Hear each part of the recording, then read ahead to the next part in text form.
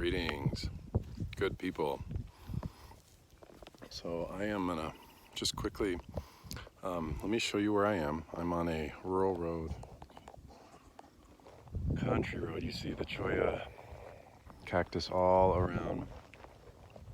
You see this is I'm currently in Colorado's Front Range, which is just east of the Rockies. You can see some of the mountains of Larkspur, just surrounding Larkspur and Palmer Lake, and then moving into Pikes Peak, all the way down, a little bit of a plateau, more of the Rockies moving down there, and then you can start to make out the Spanish Peaks way in the distance. And I'm en route. This is a part of my 12-day walk from Fort Collins to Pueblo, and I basically have 15 miles left, at least for today and then tomorrow. So I basically have, what would that be? 25 miles, I think, maybe total to get all the way into Pueblo, which is exciting. So hopefully the breeze isn't too bad. The theme that I am wanting to hold space for in this video is the Rite of Passage. I'm out here, I'm on my own. I don't have no support vehicle. I don't have all kinds of amenities around. It's me and this cactus and the occasional car and ranches and farms occasionally. Walking for 12 days.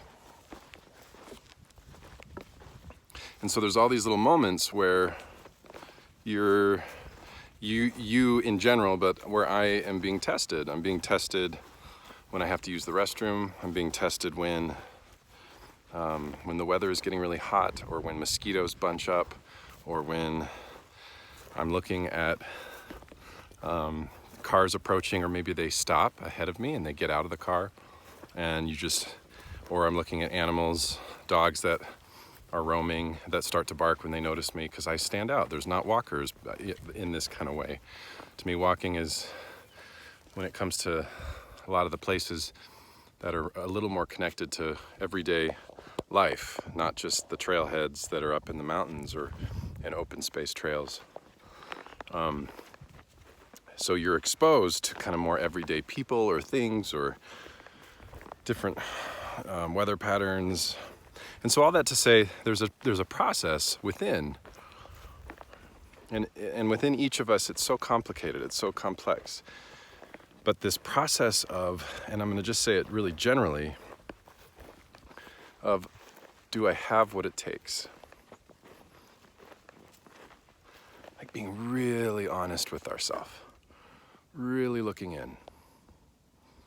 And for so many of us, and for me, especially prior to 2010, prior to doing my cross-country walk, I was scared of that question, or I was really unfamiliar with the question, or that question would bring up a lot of vulnerability. It would bring up a lot of fear or unsteady ground, not being sure how to answer that question.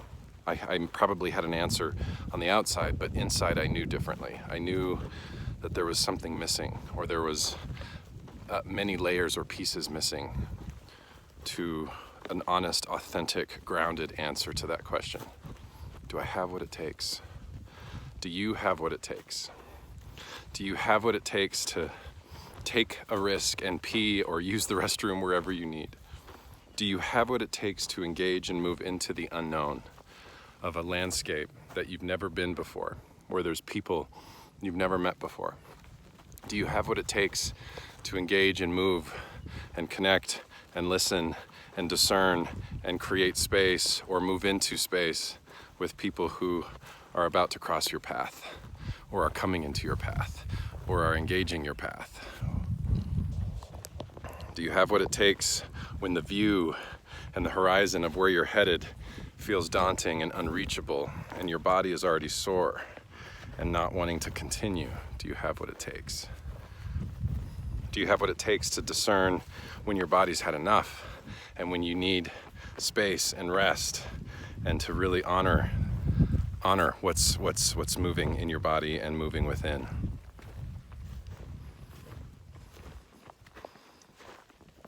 Do you have what it takes when you see something that is wrong, or see something that is hurtful and harmful to planet or to other or to loved ones, and to defend and protect and step in, to speak up for, to really speak and attempt to use words or art and invitation around what really goes on within you?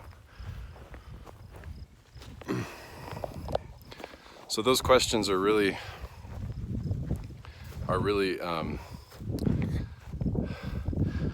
those questions, those spaces, those different realities are.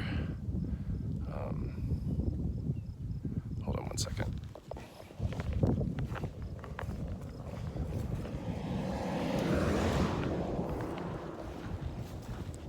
I really like to make eye contact with people who cross my path and not just stay on the video, especially when I'm out here. Check out this cactus.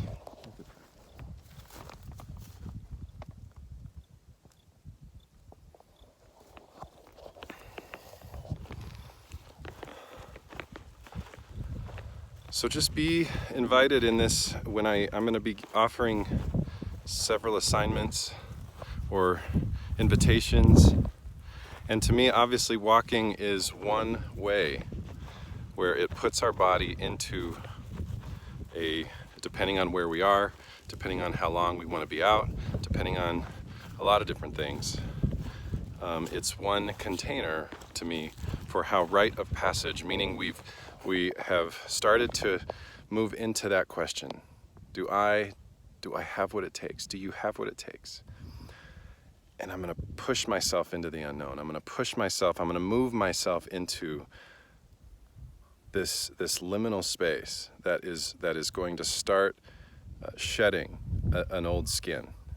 And I'm going to start growing a stronger skin, a more grounded skin, a more courageous skin, a skin that gets a little closer. Maybe not perfect. Maybe it takes several journeys like these of different lengths, of different kinds, to get to a place where that's a real strong, it's a real rooted answer of I have what it takes.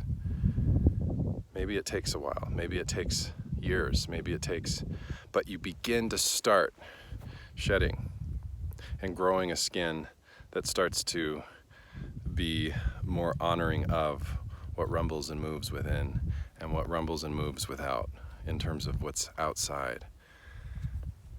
And the freedom, the color, the connection, the healing, the relationship, the commitment to love that is so jammed up with integrity.